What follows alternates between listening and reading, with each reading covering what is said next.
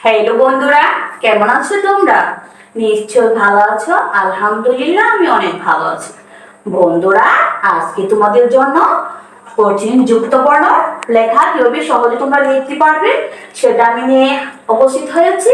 দেখো বন্ধুরা, আমি এখানে লিখেছি ক্ষিয় ম। কিভাবে লিখতে হয় বন্ধুরা, চলো আমার সাথে প্র্যাকটিস করো। আর বেশি বেশি প্র্যাকটিসের মাধ্যমে তোমরা সুন্দর একটা বর্ণ শিখতে পারবে। তো চলো আর দেরি না করে আমরা লেখা শুরু করি। দেখো বন্ধুরা, প্রথমে তোমাকে কি করতে হবে? প্রথমে তোমাকে মাত্রা দিয়ে নিতে হবে। মাত্রা দিয়ে নিয়েছি, তারপর মাত্রা এখান থেকে ভুল একটা কনসেপ্ট, তারপর আরেকটা ভুল কনসেপ্ট, তারপর নিচে হওয়ার মতো।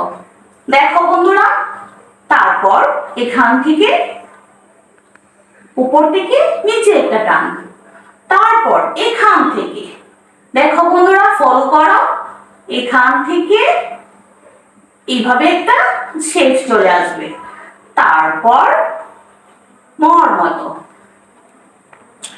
তারপর উপর থেকে বা নিচ থেকে উপরে, তারপর হয়ে গেল ক্ষিয় ম। দেখো বন্ধুরা, ক্ষিয় ম কিন্তু কঠিন কিছু না। তাহলে বন্ধুরা, আমি আবারও লিখছি, তোমরা ফলো করো।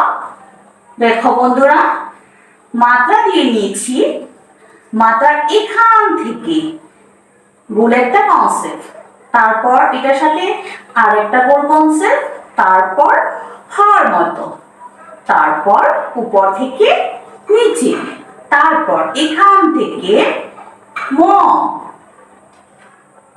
তারপর উপর থেকে নিচ থেকে উপরে বা উপর থেকে নিচে দিয়ে দিলে হয়ে যাবে কি ক্ষিয় ম।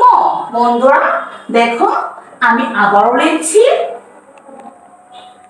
প্রথমে মাত্রা দিয়ে নিয়েছি, মাত্রা এখান থেকে গোল এভাবে কনসেপ্ট, তারপর হর মতো, তারপর নিচ থেকে উপরে, তারপর এখান থেকে ম, তারপর নিচ থেকে আবার উপরে, জুড়ে দিলে হয়ে যাবে ক্ষিয়ম। তাহলে বন্ধুরা, ক্ষিয়ম দেখো আমি কত সহজভাবে লিখে ফেলেছি। তোমরা বন্ধুরা তোমরা যারা ইউটিউব চ্যানেলটি এখনো সাবস্ক্রাইব করো নাই, তোমরা প্লিজ ইউটিউব চ্যানেলটা এখনই সাবস্ক্রাইব করে ফেলো। আর আমার ভিডিওতে লাইক করো, কমেন্ট করো, বেশি বেশি শেয়ার করে দাও। পরবর্তী নতুন একটা ক্লাস নিয়ে তোমাদের সামনে আমি উপস্থিত হব। এর পর্যন্ত তোমরা অনেক ভালো থাকো, সুস্থ থাকো। আল্লাহ হাফেজ।